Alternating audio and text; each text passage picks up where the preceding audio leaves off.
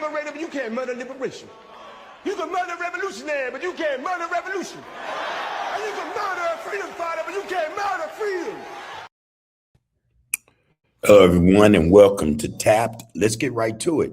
So it seems Donald Trump may be about to fall off his high horse. His approval ratings have dropped dramatically. There is only 33% of the nation who actually approves of Donald Trump's governing of the country. And more than likely that 33% that approves of his governing of the United States of America are his core supporters, those MAGA supporters, more than likely. But there's a lot to his ratings falling, dropping in the polls. I mean, quite a bit. I count over 8 issues that could be considered those reasons for his decline in the polls in the country. But before we get to that, please like, share, follow, comment, and subscribe to the Art of Political Discourse. You guys' participation and viewership, it does mean a great deal to us. Also, we're asking that you help us get to 5,000 subscribers for this channel, Tapped. That is the Art of Political Discourse. Now, that said, let's get to this because here it is, as of this month, 2026, Donald Trump's approval ratings have lowered or fell down to lows such as 33 to 37% approval. Okay. This is driven by negative public perception of his handling of the economy, high inflation, and ongoing conflict in Iran, just to name a few. All right. While he maintains a loyal core base, his approval has dropped among key demographics like men, working class Americans, and independents. And again, those 3 that we name are part of what we have to talk about. And we have a clip also that's going to help break this stuff down, put it into better context.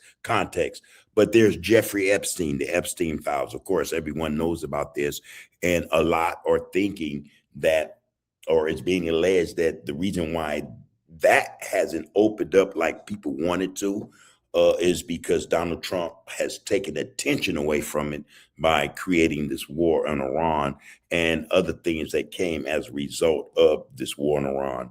But it seems to fit in, it's to his liking, because again, the burden, the onus is not on him to explain himself or his relationship with Jeffrey Epstein. All right. That being said, also, again, the Iran war is another factor that has led to his drop in the polls, his approval ratings, his personal conduct. That's also something that could be considered. And I think that is more than anything else. His personal conduct has a lot to do with everything else. If he is a likable guy, then you could suspect, or you would expect people to be like, I'll give him a chance, but he's not a likable guy. So his personal conduct is what plays a part in that. It's like 71% does not like his temperament. Also is his personal attacks on reporters and people who go against him. And then not only that, but the profane threats that he levels at other countries who he doesn't like, or in this instance, who he's at war with, to threaten to wipe off a whole country of people, women and children. A lot of people don't sit well with a lot of people. That is also a part of his problem. The economy, for sure, the rising costs, the high inflation, gas, groceries, all these things matter. They play a role in Donald Trump's fall from grace. But let him tell it. He'll always come up with something. He's always selling something. He sells himself, so he thinks, better than he sells anything else. I recall him saying about what's the guy's name in Ukraine, Zelensky, that he was a hell of a salesman. But Donald, it takes one to know one. Donald Trump is that. But again, there's also the concern over his executive powers.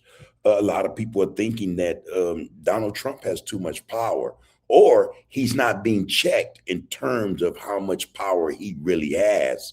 And that, for a lot of people, does not sit well. There's the environment, as well as tech issues, which are also issues that the people of America have. The environment is going to, it's going to hell in a handbasket. And not only that, now Donald Trump wants to build all these tech data centers, these tech bases, in all these states. That's the problem for a lot of residents. And then there's the immigration issue. And just, to speak truth to facts, some didn't have an issue with the immigration issue as far as getting rid of illegals from the country that were not supposed to be here or who got here illegally. It became a real issue when ICE, Border Patrol, killed 2 U.S. citizens, Good and Pretty. Those individuals being murdered by ICE or Border Patrol really set the tone for disagreement, or it made it where American citizens did not want to support the immigration policy anymore because American citizens were dying as a result of that. So those are just some of the issues we have. But again, I have a clip, and I'm going to bring this clip in because it's going to give us greater context and insight into what's really causing the Trump downfall. All right.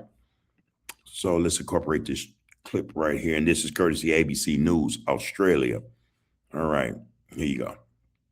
Recent political polling in the U.S. has alarm bells ringing for the White House, with Donald Trump's public approval numbers slipping in the wake of the Iran war. One poll found 7 in 10 Americans believe the country is headed in the wrong direction.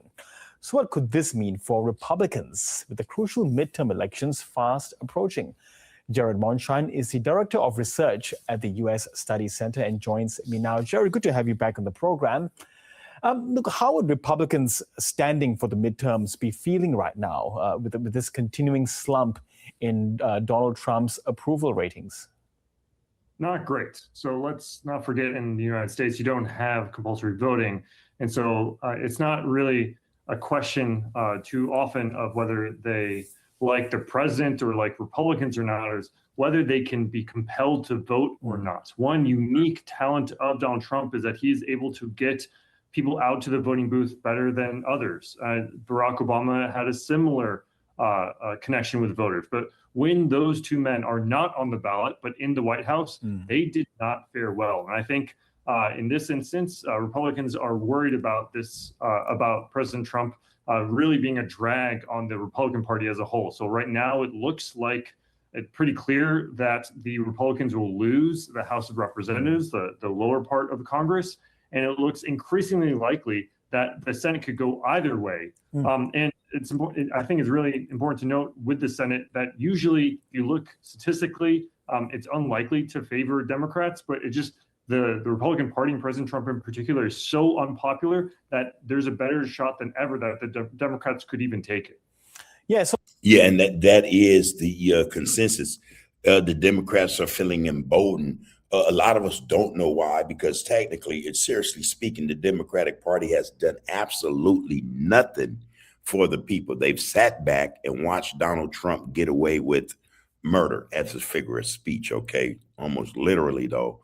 And, anyway, they've sat back and done nothing except money from the AIPC, J Street, and other CPACs that continue to buy their vote in terms of what is taking place in not just American politics, but the world.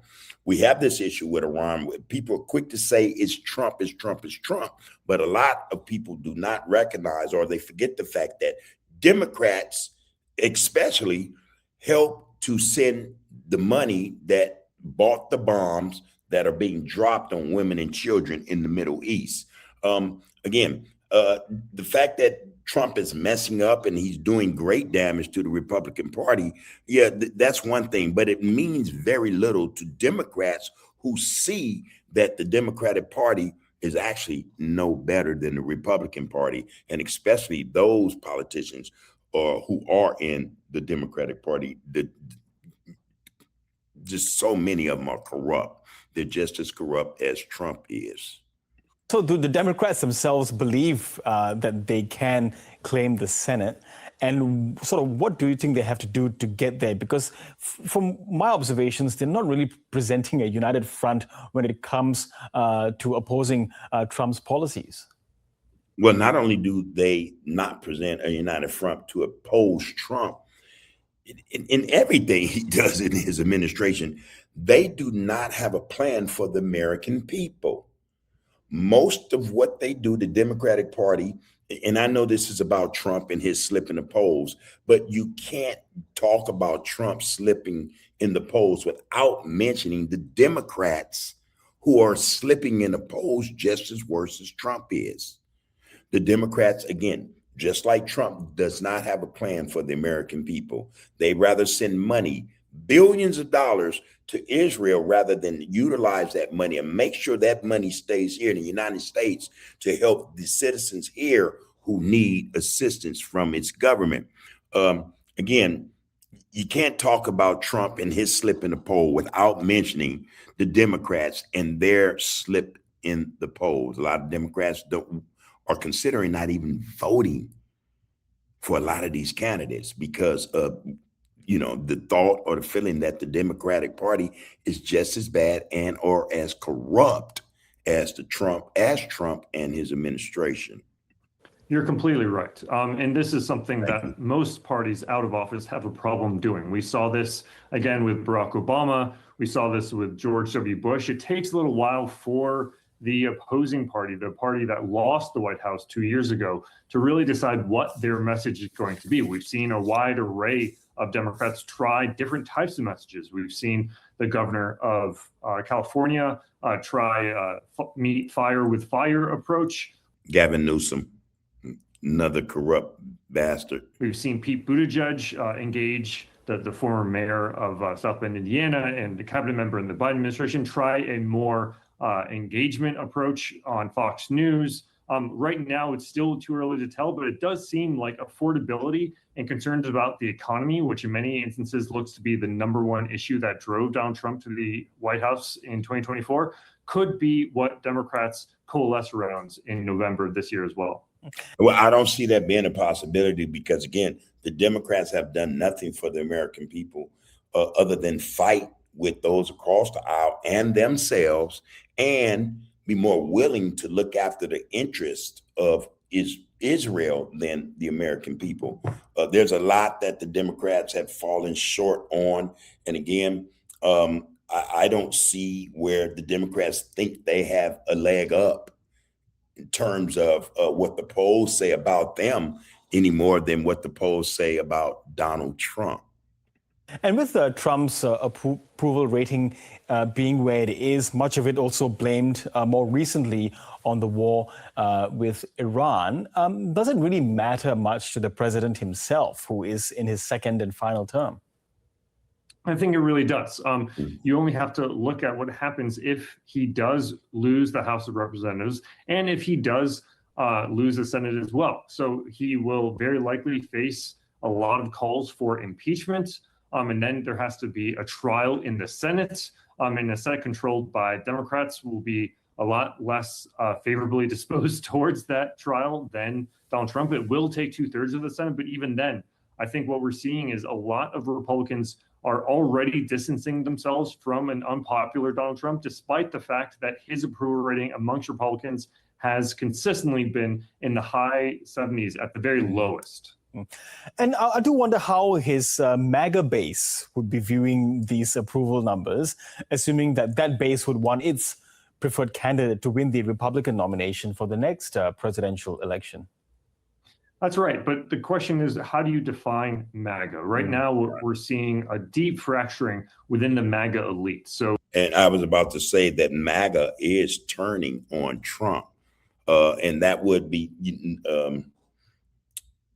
I think, the lower echelon of that organization or that, that unit. They're starting to feel all the negativity, in terms of the economy and those things that matter, jobs, those things that matter to them, they're starting to feel that and they are upset. And it seems to be a little bit in disarray. They're confused now. Do they continue to support this guy Or do they, hey, you know what? You sold us some dreams. They're not coming true. It's time to go. But I think the MAGA base is, like he's saying, fracturing, and those fractures are seen. They are wide. They are wide.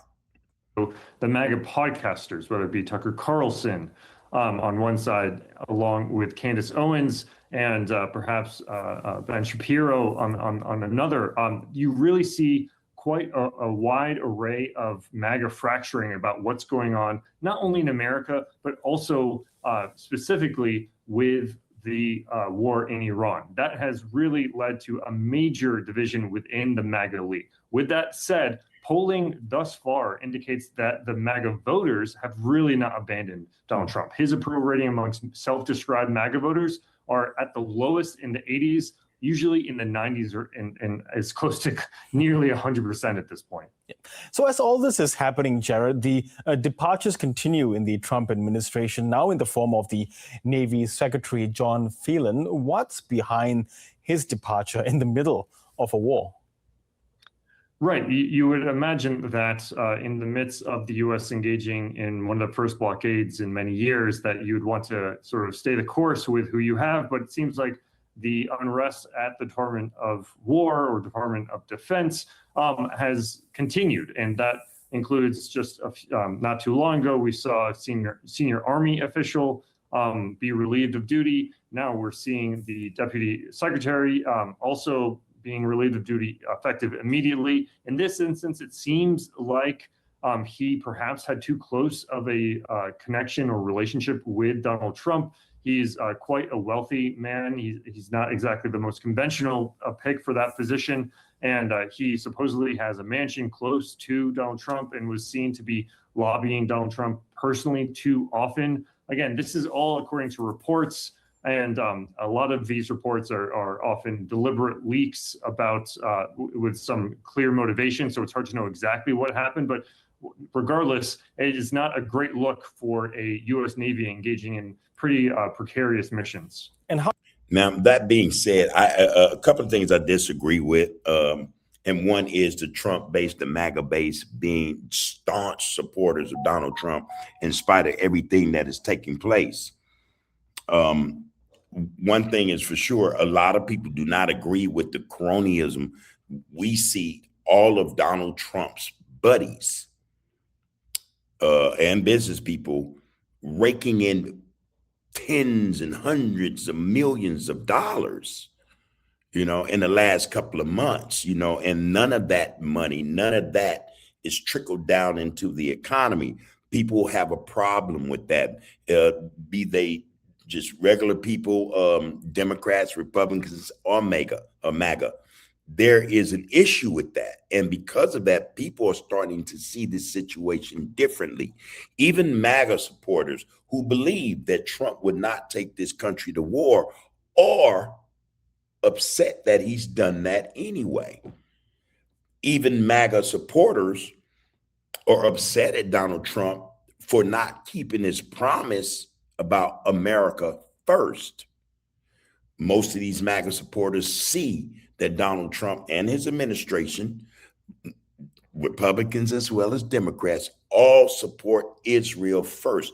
This is a problem. This is what I think is part of Donald Trump's downfall or his drop in the polls, though they may not speak to that, the pundits and the experts. But this is what we think here at TAP.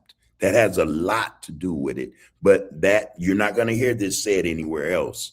We think that is part of the reason, or if not half of the reason, most of it. Donald Trump not holding true to his promises. Donald Trump proving to be a liar, and people, they don't take well to that type of thing, especially from politicians. So that's what we think. This piece here, this was very insightful.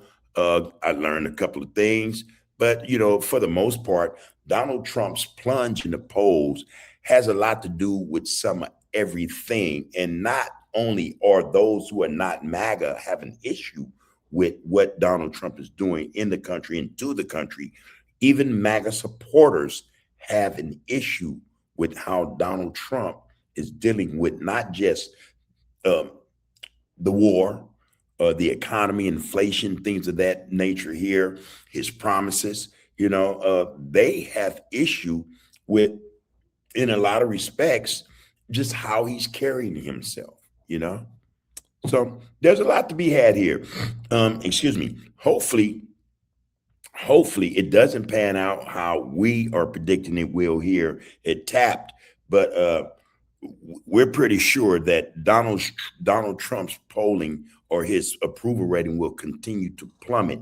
Not only that, but as a result of that, Republican politicians who are up for the midterms will suffer as a result of that. Now, that being said, we do not think or agree with that the Democrats will win big and have all kinds of support. The Democratic Party is also in disarray or in deep shit. All right. There are a lot of Democrats who are not satisfied with the Democratic Party, especially the House of Representatives, especially. So hopefully the Democrats aren't licking their chops thinking they're about to, get all these gains and be looked at as those individuals who are going to change what's going on here in the United States, because that's not going to be the case for the most part. A lot of people, especially Democrats who vote Democrat, think that the Democratic Party, the politicians, are part of the problem. This is not Donald Trump's burden to carry by himself.